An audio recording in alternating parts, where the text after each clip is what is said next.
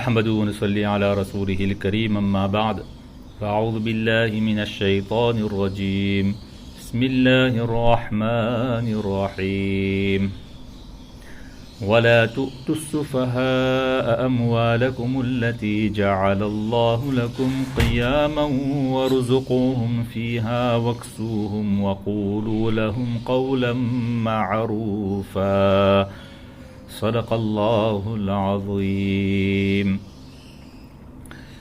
Donc remercions tout d'abord Allah Tabaraka wa Ta'ala, le clément, le miséricordieux, de nous avoir donné le tawfiq de nous réunir dans cette madrasa pour expliquer et connaître l'explication de ce verset qu'on vient de lire devant vous, qui se trouve dans la sourate 4, verset 5, page 107.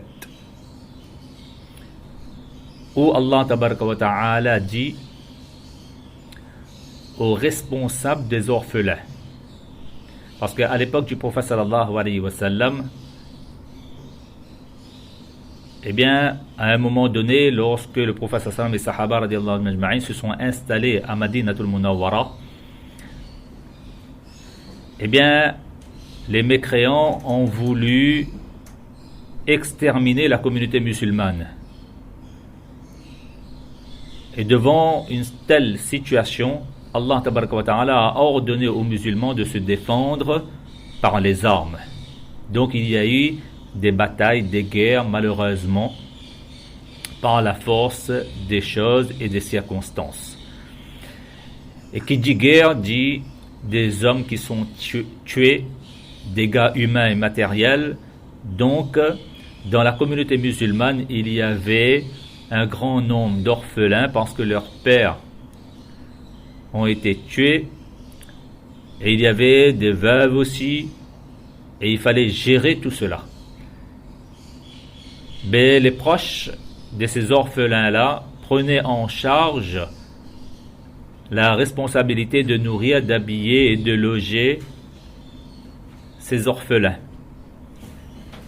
Mais lorsque le père mourait et tué dans le chemin d'Allah Tabaraka wa Ta'ala, eh bien ces orphelins héritent aussi une somme d'argent en héritage. Ils reçoivent en héritage ce que leurs pères ont laissé derrière eux. Eh bien, Allah Tabaraka wa Ta'ala s'adresse aux tuteurs et aux responsables des orphelins en leur disant « Wala tu'tu sufaha » ne donnez pas la somme que ces orphelins-là ont héritée de leur père alors qu'ils n'ont pas atteint encore la maturité dans la gestion de leurs biens. Pourquoi? Tout simplement parce que l'argent est un moyen économique, est un grand moyen, parce que l'argent c'est qiyama. Allah Tabaraka wa Ta'ala a qualifié l'argent de moyen économique, moyen par lequel on arrive à redresser la colonne vertébrale d'une société et d'une famille. Donc dans ce verset, Allah Tabaraka wa Ta'ala montre l'importance de l'argent en tant que moyen et non pas en tant que valeur.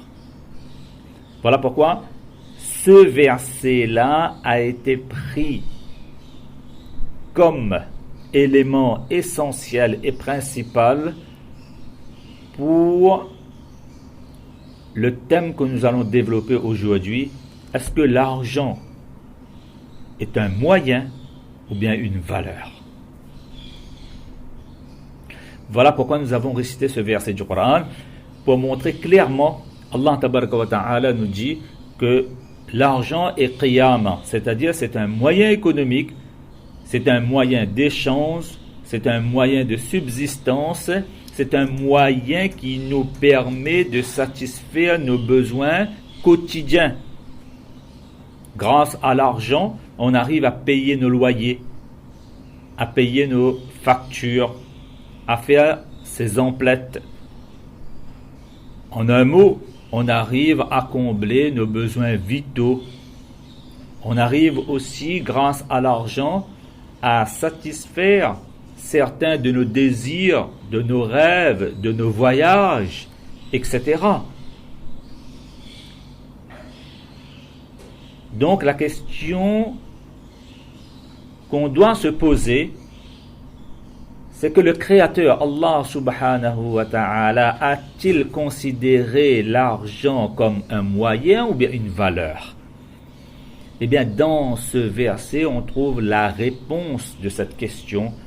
Qiyama, c'est un moyen et non pas une valeur. L'argent n'est pas une fin en soi. L'argent nous permet d'échanger, de subsister et d'exister même.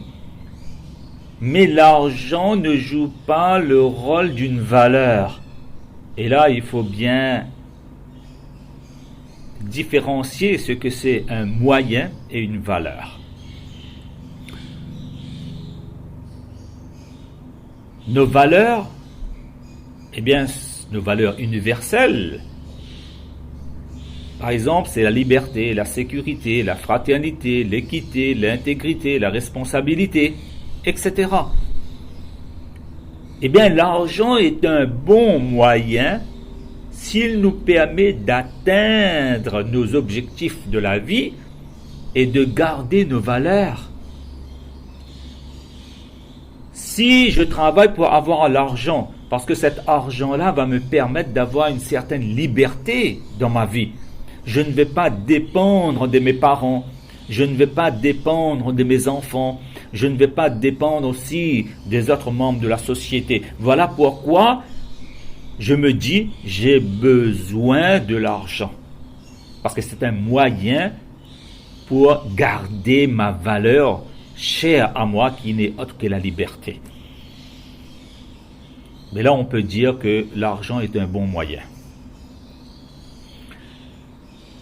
Si on travaille pour avoir de l'argent, pour garder une autre valeur qu'on appelle la sécurité, c'est-à-dire, je veux avoir une certaine sécurité, une certaine assurance dans ma vie, car lorsqu'arrive la fin du mois, eh bien j'ai des factures, j'ai des loyers, j'ai des emplettes à faire, et grâce à cet argent-là, eh bien je suis en train de me sécuriser aussi mes enfants, ma famille et mes proches. Alors, si c'est dans ce but-là qu'on cherche à avoir l'argent, eh bien on peut dire que c'est un bon moyen. C'est la même chose. Si cet argent-là nous permet la fraternité, c'est-à-dire d'aider les gens qui sont dans la nécessité, dans le besoin parfois absolu. N'oublions pas qu'ici à La Réunion, d'après une dernière étude et sondage, eh bien il paraît que plus que 40% des Réunionnais et Réunionnaises sont au seuil de la misère et de la pauvreté. Donc cet argent-là nous permet d'être fraternels, d'avoir en nous cette qualité, ce qualificatif qu'on appelle, et cette valeur qu'on appelle la fraternité. Si je travaille pour avoir de l'argent, parce que ce moyen-là va me permettre d'être équitable, d'être juste envers mes enfants, ma femme, mes parents, etc. Et c'est une bonne chose. Si je travaille pour avoir de l'argent, pour que je sois quelqu'un d'intègre, pour garder ma valeur intégrité, honnêteté. Parce que lorsque j'aurai de l'argent, je n'aurai pas besoin d'aller voler les gens, d'aller arnaquer les gens, d'aller extorquer les gens, l'argent des gens, etc. Si le moyen de l'argent me permet d'avoir plus de responsabilités dans ma vie quotidienne, eh bien c'est une bonne chose. En un mot, il y a un proverbe qu'on a l'habitude de dire, mais à partir de ce verset du Coran et de son explication, on va mieux comprendre son véritable sens, qui nous dit que l'argent est un mauvais maître et un bon serviteur. Oui, Parce que l'argent peut être un mauvais maître si c'est l'argent qui nous commande. Si on en fait mauvais usage, on l'utilise mal. Par contre, l'argent peut être un bon serviteur. Si on en fait bon usage, on en fait bonne utilisation. Donc, l'argent est un moyen. C'est notre utilisation à nous qui le rend soit mauvais, soit bon. Et ça, à travers le Coran, eh bien, Allah tabaraka wa ta'ala nous a montré l'exemple de Daoud alayhi salatu wassalam, de Suleiman alayhi salatu wassalam.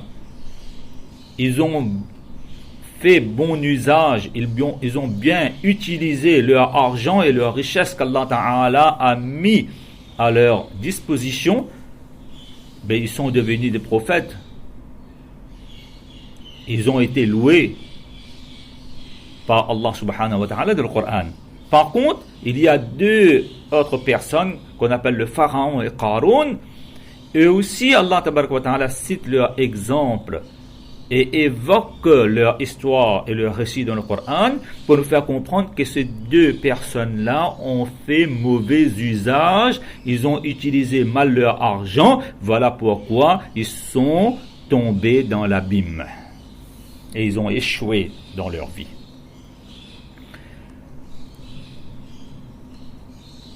Voilà ce que c'est l'argent. L'argent est un moyen et ce moyen doit nous permettre donc de satisfaire nos besoins quotidiens et en même temps de garder nos valeurs, Inch'Allah. Reste à savoir maintenant quel est le rôle, la fonction de l'argent. Eh bien, comme on vient de le dire là, eh bien, l'argent nous permet de combler nos besoins vitaux et satisfaire certains de nos désirs, de nos rêves, de nos aspirations. Mais sa fonction n'a jamais été de procurer le bonheur à quelqu'un. Parce que là aussi, Allah tabaraka wa ta'ala nous fait savoir une vérité réelle et authentifiée. C'est que quelle est la chose qui nous procure le bonheur dans ce monde et la joie dans l'akhirat et le salut dans l'akhirat dans l'au-delà? Eh bien, c'est notre connexion avec notre Créateur, Allah subhanahu wa ta'ala, qu'on appelle dans le langage islamique le dhikrullah, la présence d'Allah tabaraka wa ta'ala dans notre cœur. Et tous les ibadats qu'Allah tabaraka wa ta'ala nous demande de faire là, ce sont des preuves éclatantes qu'on a une connexion avec Allah subhanahu wa ta'ala. Et ces ibadats là, ces rituels là nous permettent de garder cette connexion et ce lien qu'on a grandement besoin avec Allah subhanahu wa ta'ala pour être heureux, pour connaître ce que c'est le bonheur dans ce monde et le salut dans l'au-delà. Donc, il ne faut pas confondre les choses. Sur l'argent, on vient de clarifier une chose très importante, que l'argent est un moyen et non pas une valeur. Deuxièmement, le rôle de l'argent, c'est satisfaire nos besoins et non pas nous procurer le bonheur. Il y a un dicton, un proverbe qui dit dans ce sens que l'argent ne fait pas le bonheur, mais y contribue. Eh bien, ce dicton-là est une demi-vérité, n'est pas une vérité réelle. Mais bien sûr, on voit très bien qu'on peut avoir de l'argent et en même temps du stress. Combien de personnes sont millionnaires, milliardaires,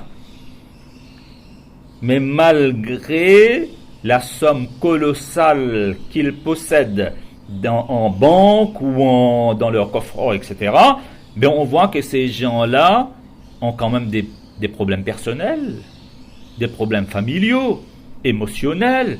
Ils ont des soucis exactement comme les autres. Donc l'argent ne fait pas le bonheur. Mais c'est sûr et certain, il y a une autre vérité qu'il ne faut pas cacher, il ne faut pas dissimuler, que lorsqu'on manque d'argent aussi, ça ne fait pas le bonheur. Donc qu'est-ce qui fait le bonheur? Eh bien l'islam nous apprend. Eh bien c'est le fait de savoir vivre en fonction de ses moyens. Il faut apprendre à vivre avec l'argent et la quantité que nous avons et que nous possédons. C'est ce qu'on appelle vivre selon ses moyens. C'est une façon de réussir et de connaître le bonheur dans ce monde. Et puis il y a, dans le Coran, Allah Tabaraka wa Ta'ala attire souvent notre attention qu'il ne faut pas en confondre deux mots. Il y a ce qu'on appelle la facilité matérielle et il y a la tranquillité du cœur. Allah Tabaraka wa Ta'ala a mis la facilité dans le matériel et la tranquillité dans sa religion. Donc, facilité a une source différente que celle de la tranquillité. Si nous voulons vivre facilement, eh bien effectivement, il faut avoir du matériel, il faut avoir de l'argent. Si nous voulons vivre tranquillement, eh bien il faut pratiquer le din d'Allah Tabaraka wa Ta'ala pour garder notre connexion et notre relation avec Allah Subhanahu wa Ta'ala. Comme quoi, la facilité se trouve à l'extérieur de nous et la tranquillité se trouve à l'intérieur de nous. La facilité se trouve dans le matériel et la tranquillité se trouve dans le spirituel. La facilité va nous apporter un certain plaisir éphémère. Par contre, la tranquillité spirituelle va nous apporter un bonheur durable. Et quelle différence il y a entre bonheur et plaisir? Eh bien, le plaisir s'arrête à la moindre difficulté et au moindre malheur. Par contre, lorsque intérieurement on est serein, on est tranquille, c'est ce qu'on appelle le bonheur durable. Eh bien, le bonheur durable continue son chemin malgré les difficultés, malgré les malheurs, malgré les situations difficiles. Donc, pas de confusion. L'argent est un moyen et non une valeur. Sa fonction n'est pas de procurer le bonheur, mais satisfaire nos besoins. Et que la facilité est matérielle et la tranquillité spirituelle. Soyons de la connaissance et non pas dans la confusion.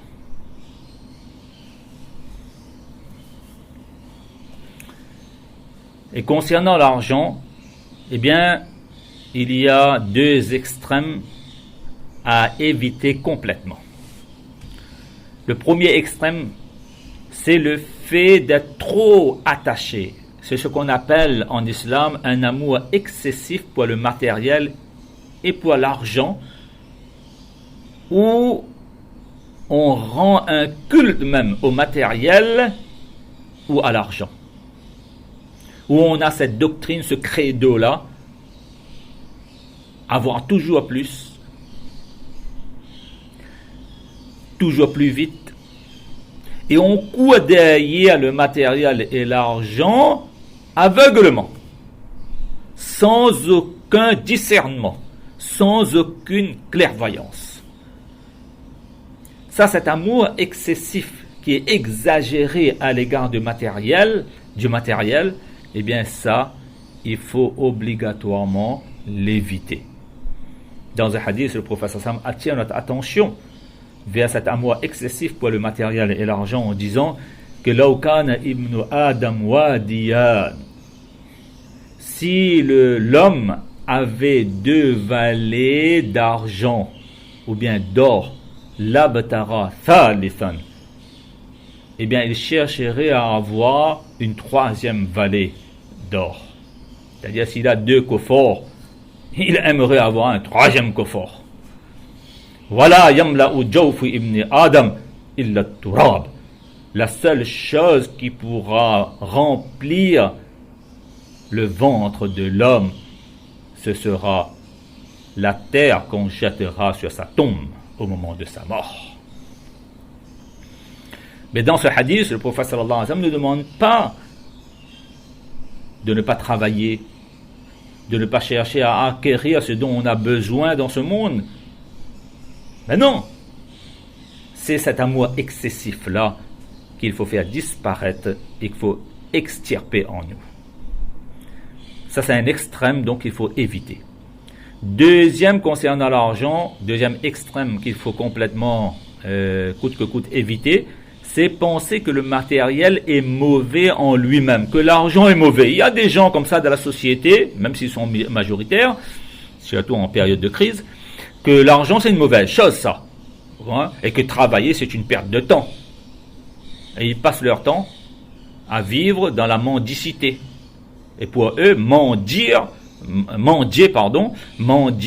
eh bien ça, c'est pas quelque chose qui est mauvais, ça. On vit au crochet des autres, on dépend des autres, eh bien croyez-moi, c'est une humiliation, c'est un rabaissement, c'est un déshonneur. Voilà pourquoi le matériel n'est ni bon ni mauvais, tout dépend de notre utilisation. Il vaut mieux travailler que de mendier et vivre au crochet des autres, dépendant des autres. Oui, ça aussi c'est un extrême. Donc l'amour excessif, non. Et de l'autre côté, aucune considération même pour ce moyen économique qu'on appelle l'argent, eh bien ça aussi c'est un extrême. Voilà pourquoi l'islam nous prône le juste milieu. Voilà pourquoi dans un hadith, le prophète sallallahu alayhi wa sallam dit Ta'isa abdud dinar wa abdud dirham. Lu'ina aussi est prononcé, c'est-à-dire malheur, malédiction aux gens qui sont esclaves de l'argent, esclaves des choses matérielles, du monde matériel. C'est-à-dire les gens qui ont oublié qu'après ce monde, il y a un autre monde qui est meilleur, qui est plus durable, c'est-à-dire le akhirat et l'au-delà.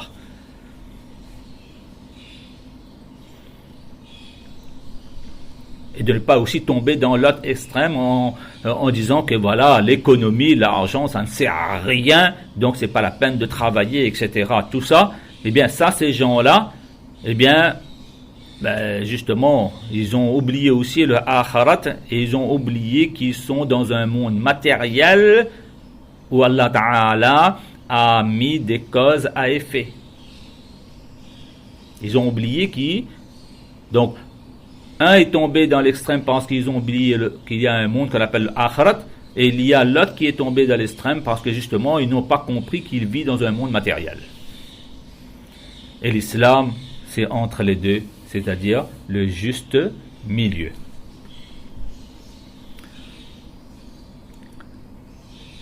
Et si on regarde à travers la société, eh bien on verra que l'islam considère que dans la société, les gens peuvent avoir 3 niveaux de vie. Le premier, c'est qu'on appelle en arabe le faqr, le deuxième, le kafaf, et le troisième, le rina. On va donner l'explication de ces 3 mots-là, Inch'Allah. Le faqr, en arabe, le premier niveau de vie dans une société qu'on peut constater, on peut remarquer, c'est quoi? C'est que lorsque les gens qui composent la société sont dans une pauvreté extrême. Être extrêmement pauvre, c'est un niveau de vie que l'islam ne demande pas de rechercher. Ce n'est pas recommandé en islam. Tout au contraire, dans les hadiths, le prophète sallam nous montre les dangers, les risques de ce niveau de vie qu'on appelle la pauvreté extrême.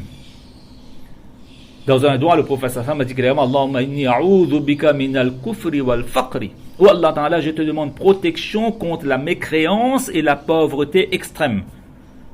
Et les savants de l'islam disent dans ce sens que pourquoi le prophète dans ce hadith-là, dans ce doigt, a demandé protection contre la mécréance et la pauvreté, parce que les deux sont liés.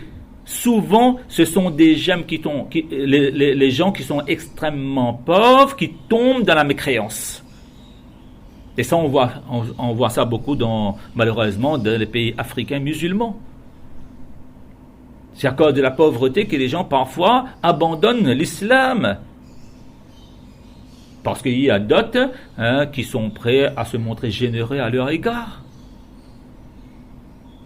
Donc Allah Tabaraka wa Ta'ala nous protège contre la pauvreté extrême. C'est la misère, c'est la galère. Voilà pourquoi l'islam ne peut pas recommander un tel niveau de vie. Au contraire, il nous a montré ses risques, ses dangers et ses conséquences parfois catastrophiques. Deuxième, par contre, peut-être que vous allez me dire qu'on entend, il y a parfois des grands saints de l'islam qui ont vécu dans la pauvreté extrême. Eh bien, il faut bien comprendre, ce n'est pas une recommandation en islam, mais ça peut être une institution personnelle, c'est-à-dire un choix personnel. On ne peut pas imposer à une société ce niveau de vie-là. Non. Par exemple, le prophète sallam lui-même, il a vécu dans la pauvreté, c'était un choix personnel. Il voulait montrer aux gens que moi j'ai réussi, non pas à partir de mes moyens matériels, mais à partir de ma bonté, à partir du couronne qu'Allah Tabaraka wa Ta'ala m'a accordé, c'est-à-dire la prophétie. Donc voilà pourquoi ce niveau de vie-là n'est pas recommandé ni recherché en islam. Au contraire, il y a des mises en garde. Deuxième niveau de vie, c'est ce qu'on appelle en islam le kafaf, c'est-à-dire le minimum social. On a de quoi pouvant satisfaire nos besoins quotidiens. On arrive à payer notre loyer, nos factures, à faire ses emplettes, etc. On arrive à combler tous nos besoins vitaux alors. Ce qu'on appelle un minimum social. Eh bien ça, par contre, de l'islam, c'est quelque chose qui est souhaitable. Le prophète sallam avait fait doigt de ce niveau de vie-là pour sa maisonnée. Le prophète m'a dit Allahumma ja'al rizqa ali Muhammad qutan kafafan. Où Allah Ta'ala fait que la subsistance de la famille de Muhammad sallallahu alayhi wa sallam soit suffisante. Ou bien kafafan, c'est-à-dire fait que ma famille ait un minimum social pour pouvoir vivre décemment dans la société. Et c'est aussi l'idéal, parce que lorsqu'on a de quoi combler nos besoins vitaux, eh bien on aura assez de temps et on aura assez d'énergie pour atteindre le but de notre vie, qui n'est autre que l'adoration d'Allah subhanahu wa ta'ala.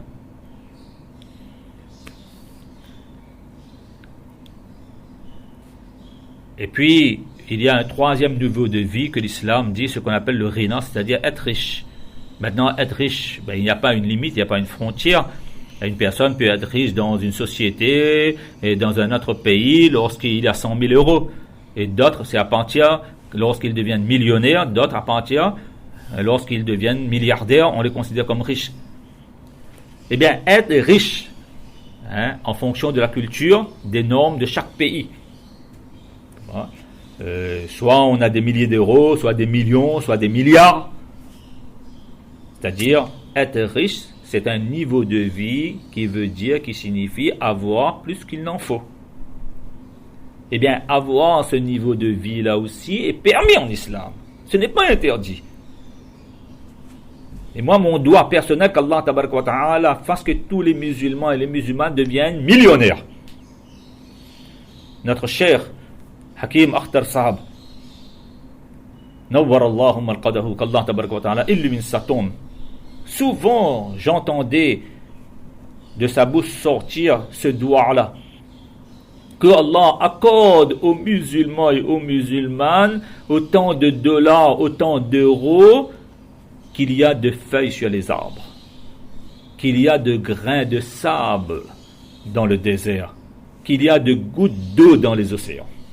Subhanallah. Avoir de l'argent, C'est permis. C'est permis d'être riche en islam. Mais ce qu'il faut éviter, ce sont les risques de la richesse. C'est quoi? C'est ne pas tomber dans l'arrogance, dans l'orgueil, dans le mépris des autres, ou encore de le gaspillage. De comprendre que la richesse est un bienfait d'Allah, mais peut être aussi une épreuve, où Allah tabaraka wa ta'ala est en train de nous tester. Sommes-nous des bons ou des mauvais serviteurs d'Allah? Voilà pourquoi le prophète sallallahu alayhi wa sallam craignait pour les riches. Pour les riches, qu'est-ce qu'il craignait? La distraction qui fait oublier les devoirs religieux. La compétition qui aveugle. L'attachement excessif jusqu'à en devenir esclave de l'argent. Donc le prophète sallallahu alayhi wa sallam nous a mis en garde contre les risques, les conséquences. Exactement comme il nous a mis en garde contre les risques et les conséquences de la pauvreté extrême. Voilà qui est le prophète sallallahu alayhi wa sallam. Et dans un doigt, le prophète sallallahu alayhi wa sallam a dit admirablement: Allahumma inni a'udhu bika min ghina yutghini wa min faqri yunsini. Subhanallah. Seul un prophète pouvait faire un doigt aussi admirable. Le prophète m'a dit: oh Allah, je te demande protection contre une richesse matérielle qui me rend rebelle contre toi. Et une pauvreté extrême qui me fait oublier mes devoirs religieux. Ça, ce genre de richesse-là et ce genre de pauvreté, je te demande protection. Ya Allah. Donc il y a 3 niveaux de vie. La pauvreté extrême, c'est pas recommandé. Le minimum social, c'est souhaitable, c'est l'idéal. Et si Allah Ta'ala nous a fait riches, mais c'est permis. Mais il ne faut pas tomber donc dans l'arrogance, le mépris et le gaspillage. Et là, par rapport à tout ce qu'on vient de dire là, eh bien, il y a 2 cas. Il y a 2 cas qu'il ne faut pas confondre par rapport à ce qu'on vient de dire. La richesse matérielle, on vient de voir quel est son sens, c'est un moyen et non une valeur. Quel est son rôle? Besoin et non pas bonheur. Quels sont ces 2 extrêmes? Quels sont ces 3 niveaux de vie? Mais il y a ce qu'on appelle une richesse qui est la véritable richesse. Et que le prophète a attiré notre attention. C'est la richesse de l'âme, la richesse du cœur. Que l'islam dit de son langage exceptionnel, la richesse spirituelle. Dans un hadith, le prophète m'a dit: Laysa al-ghina an kathrat al-arad, walakin al-ghina ghina al-qalb. Que la véritable richesse n'est pas le fait d'avoir beaucoup de biens, beaucoup de choses matérielles, mais la véritable richesse se trouve à l'intérieur de chacun d'entre nous. À l'intérieur de chacun d'entre nous. Quelle est cette richesse qui se trouve à l'intérieur de nous? Eh bien, dans un autre hadith, le prophète sallam dit en ce sens: قَدْ أَفْلَحَ مَنْ هُدِيَ إِلَى الْإِسْلَامِ وَرُزِقَ الْكَفَافِ وَقَنِعَ بِهِ. A réussi, a connu le succès, celui qui a été guidé vers l'islam parce qu'il a atteint son but. Et Allah Ta'ala lui a accordé l'argent suffisant pour combler ses besoins, et il se contente de ce qu'Allah Ta'ala lui a accordé. Cette personne-là va connaître le bonheur dans ce monde et les saluts de l'akhirat. Donc, avec la richesse matérielle que l'islam recommande, bien sûr, d'aller acquérir, il ne faut surtout pas oublier la richesse spirituelle qui est la richesse du cœur. Le fait de se contenter et de ce qu'on a et de vivre selon ses moyens.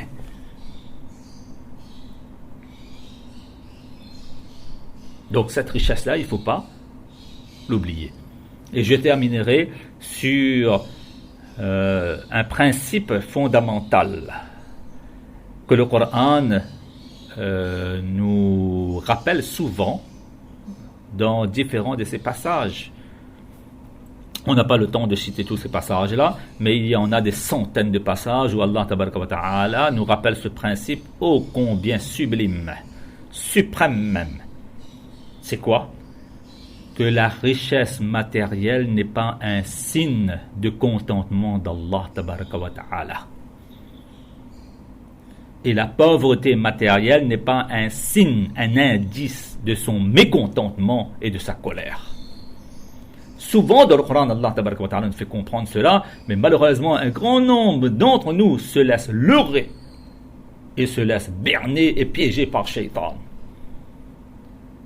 Ce n'est pas parce qu'on est millionnaire, on est milliardaire qu'Allah nous aime. Non! Si on a un comportement qui plaît à Allah, là Allah t'aime. Ce n'est pas parce que tu es dans la misère, dans la pauvreté qu'Allah Ta'ala est en colère contre toi. Non! C'est totalement faux. Dans un hadith, le prophète sallallahu alayhi wa sallam a dit clairement, et on peut dire aussi clairement, Inna Allah azza wa jalla yu'ti ad-dunya man yuhibbu wa man la yuhibbu wa la yu'ti ad-din illa liman ahabba faman a'ta ad-din faqad ahabbahu. Nous voulons savoir qu'est-ce qui plaît à Allah, qu'est-ce qui fait quels sont les signes, les indices de la satisfaction d'Allah tabaraka wa ta'ala à notre égard. Eh bien le prophète sallallahu le dit clairement dans ce hadith-là, qu'Allah tabaraka wa ta'ala donne le monde matériel, l'argent à celui qu'il aime et à celui qu'il n'aime pas. On vient de voir au début l'exemple de Daoud et Suleiman alayhi salatu wassalam qui ont été des gens riches, mais Allah Ta'ala les a aimés. Et il y a aussi des gens qui étaient riches, Pharaon et Qarun, mais Allah Ta'ala ne les a pas aimés. Donc l'argent et le monde matériel, Allah Ta'ala donne à celui qu'il aime et à celui qu'il n'aime pas. Mais par contre, la pratique religieuse, c'est-à-dire le bon comportement, la bonne parole et la bonne croyance, Allah tabaraka wa ta'ala, quand il donne ça, mais il donne seulement à celui qu'il aime. Donc, celui à qui Allah ta'ala a donné la religion, eh bien, on peut dire là qu'Allah ta'ala l'a aimé et qu'Allah ta'ala l'aime. Donc, à partir d'aujourd'hui, il faut effacer de notre vocabulaire que lorsqu'on est riche matériellement, on a l'habitude de dire ça c'est une preuve qu'Allah Ta'ala m'aime. Non, c'est une preuve que c'est un bienfait d'Allah, mais ça peut être aussi une épreuve pour voir si tu es bon ou bien tu es mauvais. Et ce principe, Allah Tabaraka wa Ta'ala nous le rappelle souvent dans le Coran. Allah Tabaraka wa Ta'ala donne à chacun d'entre nous le tawfiq, donc de comprendre et de ne plus être dans la confusion concernant donc ce moyen précieux qui est le nerf de la guerre, et moi je dis c'est le nerf de la société, c'est-à-dire l'argent. Connaître son sens, son rôle, ses extrêmes et ses trois niveaux de vie, et connaître aussi quelle est la richesse véritable, la richesse spirituelle qu'Allah Tabaraka wa Ta'ala nous accorde, Inch'Allah, qu'Allah Ta'ala fasse que nous soyons riches matériellement et riches spirituellement parlant. Wa akhiru da'wana anil hamdulillahi rabbil alamin.